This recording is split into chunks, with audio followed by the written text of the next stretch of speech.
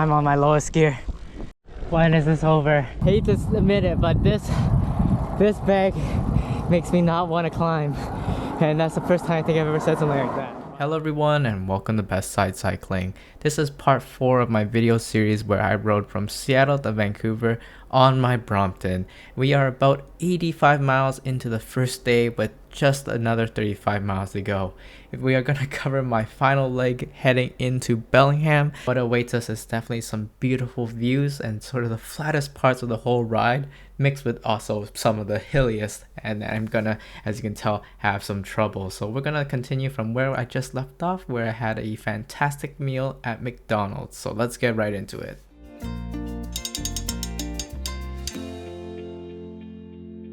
Alright, that was a really nice stop. Quite full, have some extra food now. Now just going to work all the way towards Bellingham. So for the next while, we're going to be riding here in Skagit County. It's definitely going to be much wider roads, sort of countryside feel, as well as you are much more exposed to the winds here.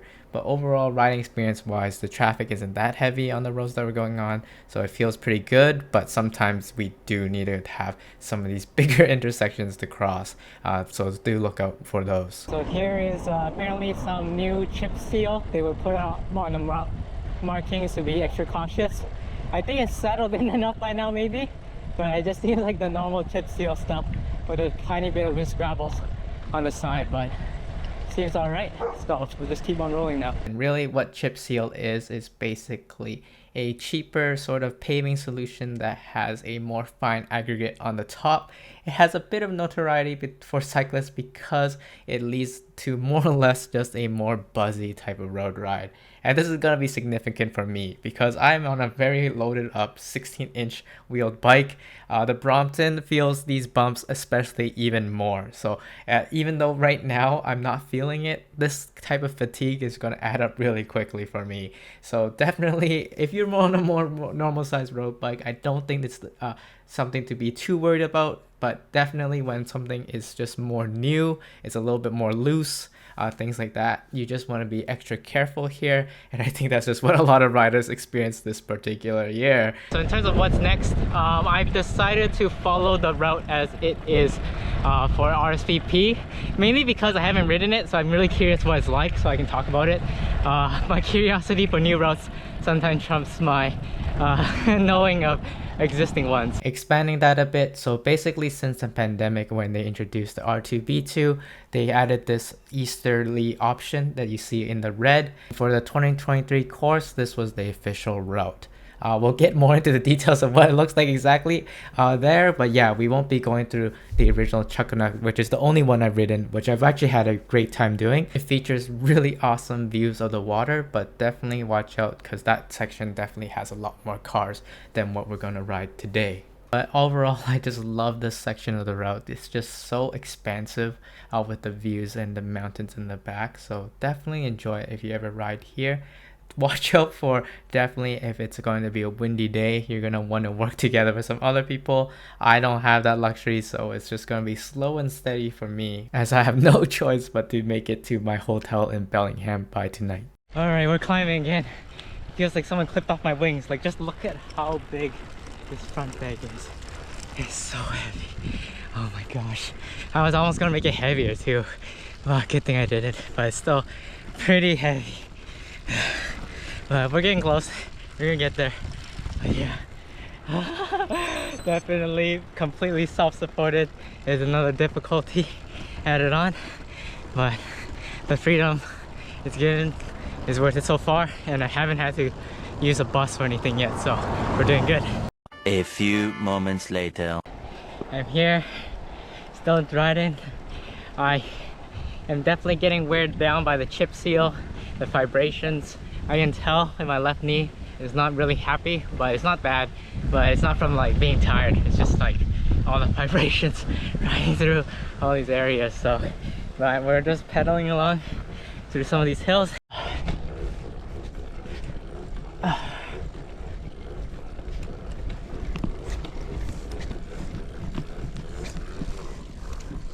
I'm on my lowest gear. It's only 7%, but it feels like 10. When is this over?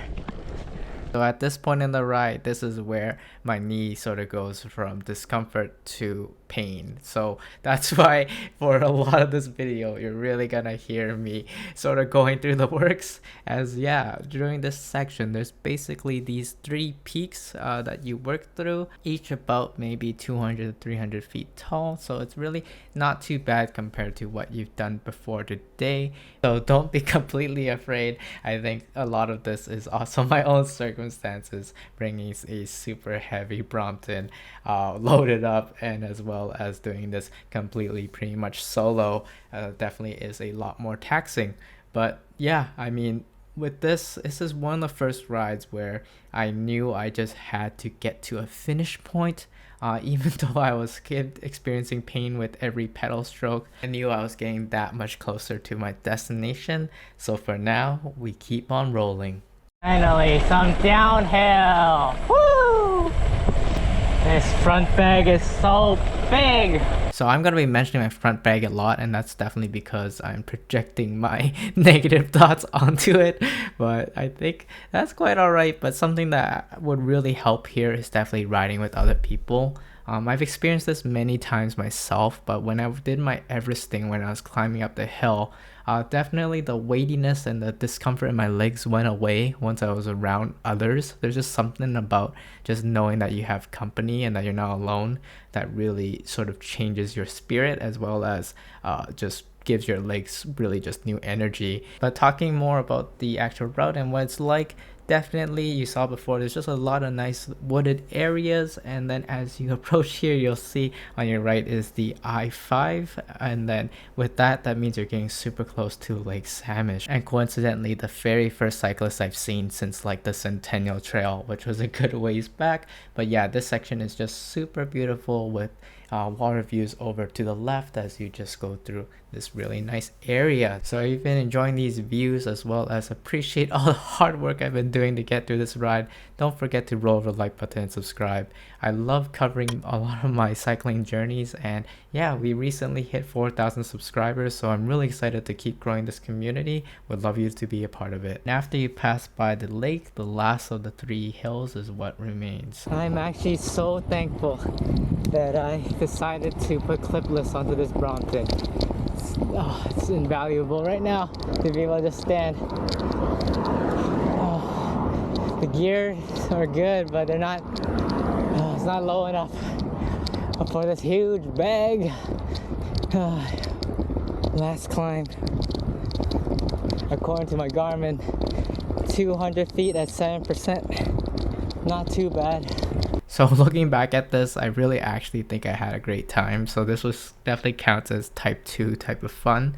But honestly, if you see me on a daily basis climbing and when I think about it, I really unironically enjoy it. And it's not just because I'm a small rider, because at some point I wasn't really able to ride any of these hills, but I really love the idea of just working through something and at the end just getting a really nice accomplishment, which is what we experience here as we finally make it over that last bigger hill of this ride. And I know at this point I'm super confident that I'll make it to the end. That downhill really did a lot to lift my spirits. I think we got one more hill before we get into Bellingham, so I'm just gonna save my strength for that. Hate to admit it, but this bag makes me not want to climb. And that's the first time I think I've ever said something like that, but it's okay. I'll get through it, and we'll be there very shortly. Oh, I remember this hill. This is the last one.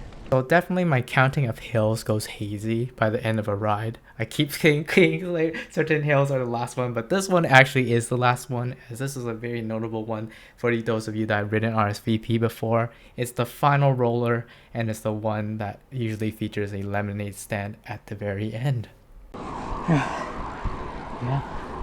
Yeah, here it is. The imaginary lemonade stand. Woo! Maybe I'm going delirious from riding 8 hours on my Brompton, but we're here now. Alright, so now it's not too far to the finish. Downhill we go.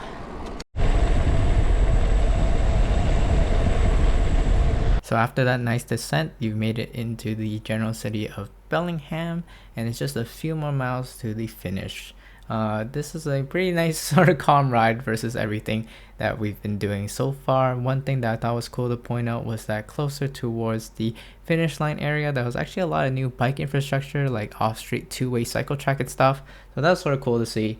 But yeah, we finally made it after that long ride. So this is where it seems like the route ends. I presume they had something set up here before, right behind me. But yeah, and there's also some food trucks over there. So I will take a commemorative photo here. Let's just head over to my hotel and I'm gonna call it a night. We made it, everyone. We made it. Oh. I'm just gonna, for the final finale, I'm just gonna show you how heavy this bag is.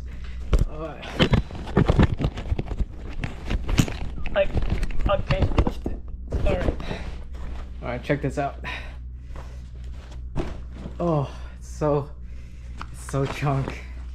I can barely lift it right now. But yep, that's gonna... Alright, so that's gonna be it for this video. Definitely there will be a part 2. The exciting news is that actually my dad and mom are gonna come join me tonight, and then my dad's gonna ride with me to Vancouver. So he's gonna do the second day of RSVP. We're gonna try to follow the route pretty closely to make up for all our deferment. So yep, time to get rested. See ya.